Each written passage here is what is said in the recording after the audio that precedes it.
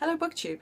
I've been saying for a while that I would like to do a bit of a bookshelf tour so that you can see what is on my shelves, and that in a couple of years I can look back on it and see how my shelves have changed and developed, grown, how my reading tastes have changed.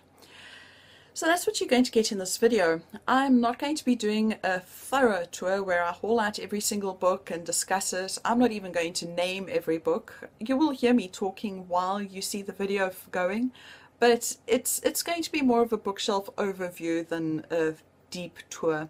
If there are any books that you would like me to talk about that you see that catch your eye, then please do mention it in the comments below and I will make a plan and talk about them. I'd also like you to just keep in mind that today our temperature is almost 40 degrees Celsius with the humidity through the roof. In this country, that is referred to as cuck hot. In every other country, just effing hot. It's hot enough for one to decide just how little they can get away with wearing before they start offending people around them. Be thankful I donned clothes for this video. Well, more clothes for this video. Yeah. Anyway, sit back. If you're in the southern hemisphere, I would recommend a nice cold beer. If you're in the northern hemisphere, maybe a nice cup of tea, coffee. Relax, and I hope you enjoy. And yeah, I'm going to be finding an ice cold beer and a fan very quickly while I debate the merits of editing this. Bye for now. This is the north facing side of my room where I have more bookcases.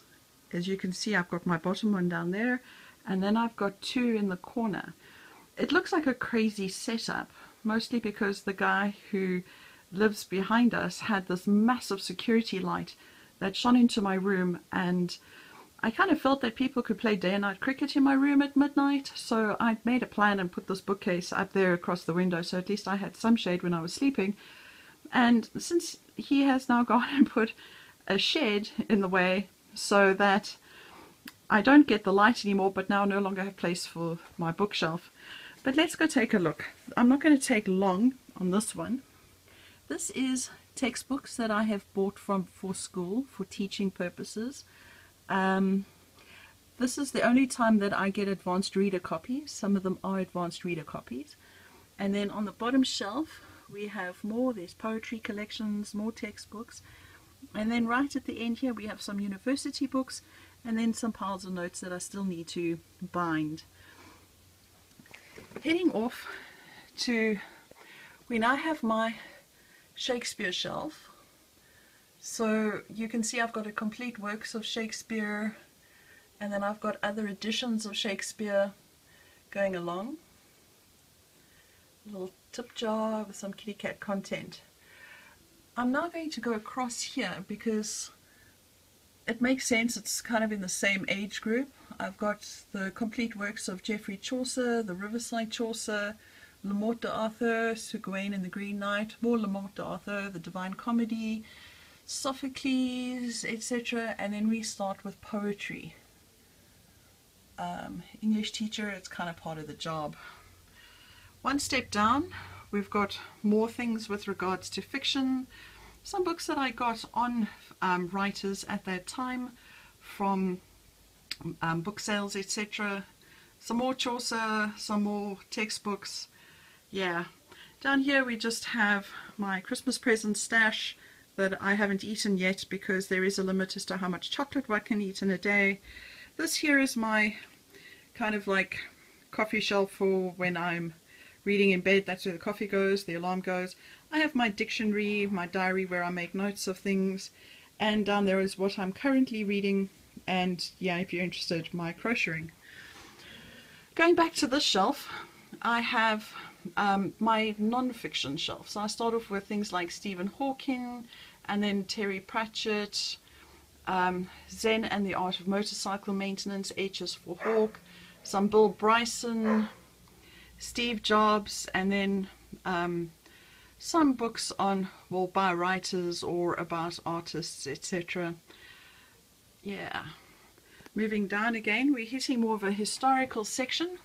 So I've got the Complete World War II, which is actually a brilliant book. I got it at such a good price considering what it was. It's newspaper articles from the Time magazine with pictures about World War II. Following that, we got Stalin, The Man Without a Face, by Marsha Gessen. It's about Vladimir Putin. We got The Long Walk to Freedom, Trevor Noah, Barack Obama, I'm Malala. Some books about being a lady and the body system. And then vegetarian cookbooks. I'm pescatarian, not vegetarian, but it's as close as damn it is to swearing except for the fish. And yeah, more philosophy textbooks. The next shelf down is textbooks, linguistics, philosophy, sociology, psych, and then the textbooks that were provided and bound by the actual university. And then down here we have more art books, calligraphy, and then dictionaries, a Latin dictionary, etc. And then of course the trusty bookshelf feather duster that can kind of fit in between the shelves. And down below are files for teaching and studying. Okay, so this is my big bookshelf. My mom and I actually made this ourselves. We put a unit at the bottom so that the books at the bottom wouldn't get dusty, because that's one thing that I found. And we move across to the side so you don't get blinded by the light. And that's a nice place to have more books, because what a waste of space above the door. This is starting in the top left-hand corner with A, because I'm one of those highly original people that file books according to alphabetical order. So you will see that I have quite a lot of Isabel Allende. I'm quite a fan of her work. I really enjoyed Daughter of Fortune when I read it about 20 years ago. Ditto for The House of Spirits. I enjoyed Zorro as well. Ripper I could have done without, but hey. Margaret Atwood. Starting the next row down, more Margaret Atwood, going on to Kate Atkinson, Austen, and then we start with the B's. Oh dear, another one that should go to Jimmy. Empire of the Sun, that was quite the movie. J.M. Barrie, these are really old. I got them from an antique bookshop. Not that I was looking for antiques, but I was looking for more J.M. Barrie. So what worked, worked. Britta Bolt, otherwise known as half of our Britta Bowler. Ray Bradbury, some Libba Bray, some Brontes, some South African authors, and then we hit Trudy Canavan with fantasy. Heading down the stairs, excuse the wobble. There's my passport to be on BookTube, The Luminaries by Eleanor Catton, and a bit of a guilty pleasure, my Jack Reaches, my Lee Child collection. Heading down more stairs, continuing the Jack Reacher collection, followed by Cinda Williams Chimer, Jonathan Strange and Mr. Norrell, The Hunger Games, because you know everybody needs to read that, Power of Wonder, one of my favorite books of all time. More downstairs. Okay, so here we have some more classics. This is where we hit Dickens, Emma Donoghue, Dostoevsky, Doyle. Those are beautiful books. With Daphne du Maurier.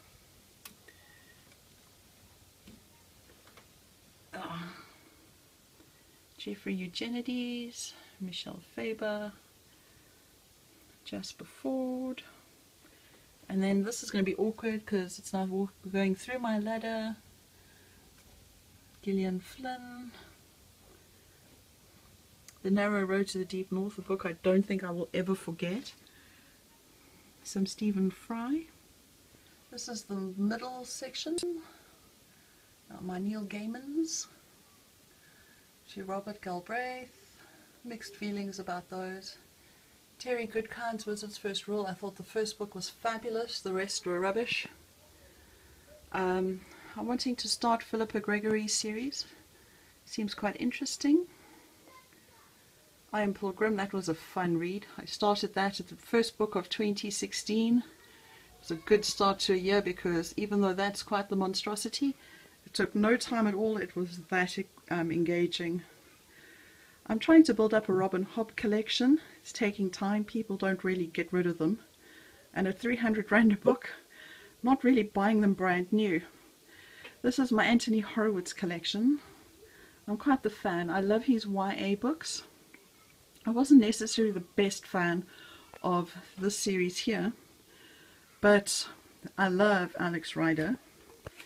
Heading down, we still have more Anthony Horowitz with his Sherlock Holmes, and then he's James Bond. Wool and Shift. Wool was great. Shift not so great. Didn't worry about getting the last one. John Irving, Aldous Huxley, Kazuo Ishiguro. A Brief History of 7 Killings. Fantastic. I've never read a book that captures different characters so vividly. What is left of my Stephen King collection?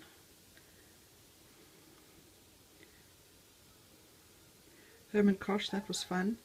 I've only read Odd Thomas by Dean Koontz, but I thought I'd give him a try. I would like to read Forever Odd, because Odd Thomas was fun.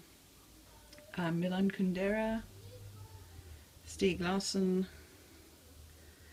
the Steve Lawhead was brilliant. Loved his Hood series. I don't know if I still would today, but when I was younger I thought they were great. Heading on, we have just a mixture of books. Robert Ludlum, The Bourne Identity. These are old books, the original books, and I can't bring myself to replace them. Those three on the side, they still need to be put on the shelves, but that requires a bit of shunting around, so I'm just saving it for later. And then getting down to the last shelf, which once again we need to work through the ladder. Gregory Maguire, Life of Pi, George R.R. Martin, who I'm kind of giving up on. I can't say I find it gripping enough to continue, at least not the last book. And then we're getting to the third column. We're hit in the M's by now. Paul Mendelsohn is interesting South African crime. We've got David Mitchell and Murakami, who I'm not as impressed with as I thought I would be. Some V.S. Naipaul, Patrick Ness, some more crime. I enjoy crime when I'm feeling stressed. It's fun, it's light, goes quick. Books I'm really looking forward to reading over there. This is my Terry Pratchett shelf.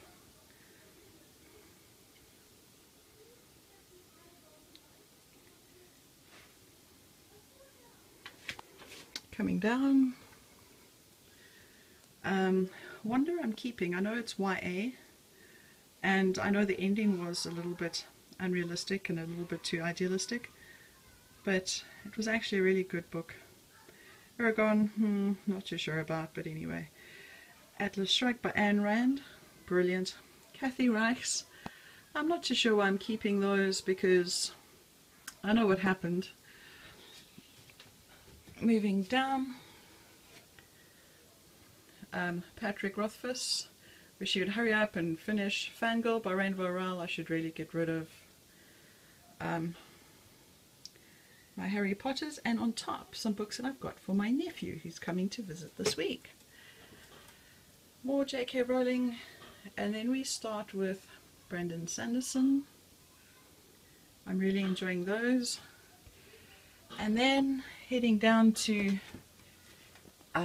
S, Dissolution, Scalzi, Sherry, Shriver, and lots of Smith. Alexander McCall Smith, Ali Smith, Andrew Smith I should probably get rid of as well. Wilbur Smith. Mouse was brilliant. The Light Between Oceans should go. I hated it. The Suitable Boy. Amy Tan. And then Donna Tartt and Tolkien. Here we are at the shelf right at the top above the door. We're up to Teas. Anna Karenina. Don't ask about Dragon Ball Z. It was something I enjoyed and I actually use it for teaching. And Tyler, John van der Reyt, Sarah Waters, H.G. Wells. And then the bottom shelf, Brent Weeks, who I actually am enjoying for fun fantasy. Codename Verity, The Martian by Andy Weir, some Jeanette Winterson, until we get to Y's and Z's with Hideo Yokoyama and Carlos Ruiz Zafón and Marcus Zusak. Well, that was the bookshelf tour. I hope you thought it was interesting. I wanted to try and put it across in a way that wasn't going to be massively time consuming. Just as I said, a bit of a quick overview. I hope you found it interesting. I know that I'm looking forward to seeing what my shelves are going to look like in a couple of years from now. I must admit it's quite weird having all these gaps and blank spaces, but I do have two very full boxes of books that are going to go to Jimmy. He is in the he said he wants them. He's just in the process of clearing out old stock, and getting in new stock at the same time was going to create confusion. So I'm going back to him this week coming to do the trade. I probably will come home with more books because that's the way it works around here. So yeah, that was my bookshelf tour. I hope you enjoyed it. I am already enjoying something nice and cold. Man, it's not even hitting size, although, oh, it's nice to put on the outside. I know it's not really polite to wear your alcoholic beverages in company, but it is so damn hot right now that I think I should be forgiven.